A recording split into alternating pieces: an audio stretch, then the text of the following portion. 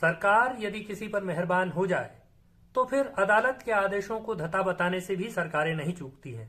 विश्वास न हो तो कल 25 फरवरी को हुए उत्तराखंड के मंत्रिमंडल की बैठक के निर्णयों को देख सकते हैं। मंत्रिमंडल ने फैसला किया कि उत्तराखंड में जो ऊर्जा के 3 निगम हैं, power transmission corporation of Uttarakhand limited, Uttarakhand power corporation limited और उत्तराखंड जल विद्युत निगम लिमिटेड, इन तीनों के मैनेजिंग डायरेक्टर के पद पर गैर तकनीकी व्यक्तियों को भी नियुक्त किया जा सकता है। दरअसल अभी 18 फरवरी को उत्तराखंड उच्च न्यायालय ने power transmission corporation of Uttarakhand limited यानी पिटकुल के एमडी पद पर तैनात पीसी ध्यानी को इसलिए अयोग्य करार दे दिया था, उनकी नियुक्ति को इसलिए रद्द कर दिया था क्योंकि वो तकनीकी योग्यता पूरी नहीं करते थे, उनके पास इंजीनियरिंग की डिग्री नहीं थी। और उच्च न्यायालय ने साफ तौर पर यह कहा कि इन 3 निगमों में जो नियमावली है 2021 की, वो ये बाध्यकारी बनाती है कि किसी तकनीकी व्यक्ति को ही मैनेजिंग डायरेक्टर यानी प्रबंध निदेशक और निदेशक के पद पर नियुक्त किया जा सकता है। उच्च न्यायालय ने राज्य की सरकार से यह भी कहा कि सरकार को यह स्वतंत्रता है कि उसको ये छूट है कि वो 2021 की नियमावली के तहत, उसके प्रावधानों के तहत, उसके अंतर्गत इस मसले को दोबारा से उस पर पुनर्विचार कर सकती है। लेकिन राज्य की सरकार ने क्या किया?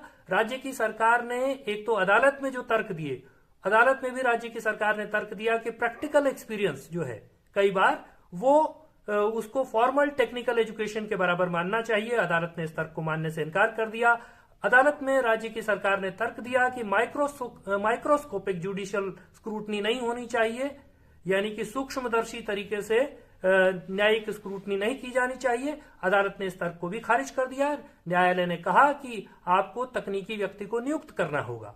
तो बजाय तकनीकी व्यक्ति को नियुक्त करने के राज्य की सरकार ने, उत्तराखंड की सरकार ने यह रास्ता लिया कि उन्होंने नियमावली में ही बदलाव करके यह प्रावधान कर दिया कि गैर तकनीकी व्यक्तियों को भी ऊर्जा के 3 निगमों में मैनेजिंग डायरेक्टर बनाया जा सकता है।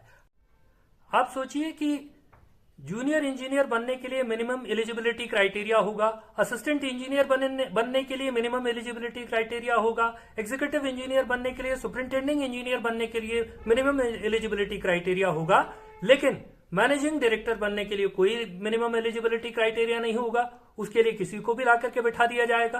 तो राज्य की सरकार, पुष्कर सिंह धामी जी की सरकार करना क्या चाहती है? वो क्यों चाहती है कि ऊर्जा निगम के सर्वोच्च पदों पर गैर तकनीकी व्यक्तियों को बिठाया जाए, अनाहर व्यक्तियों को बिठाया जाए, इन एलिजिबल व्यक्तियों को बिठाया जाए? आखिरकार ऐसा किसके फायदे के लिए किया जा रहा है? इन निगमों की बेहतरी के लिए तो कम से कम ऐसा नहीं किया जा रहा है।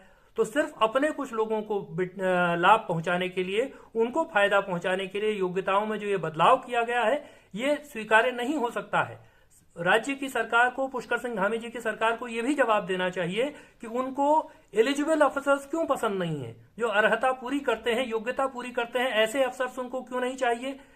ऐसे अफसर उनको क्यों चाहिए जिन पर भ्रष्टाचार के आरोप हों, जो विवादास्पद हों? इन निगमों में लगातार ऐसी नियुक्तियां क्यों की जाती रही हैं?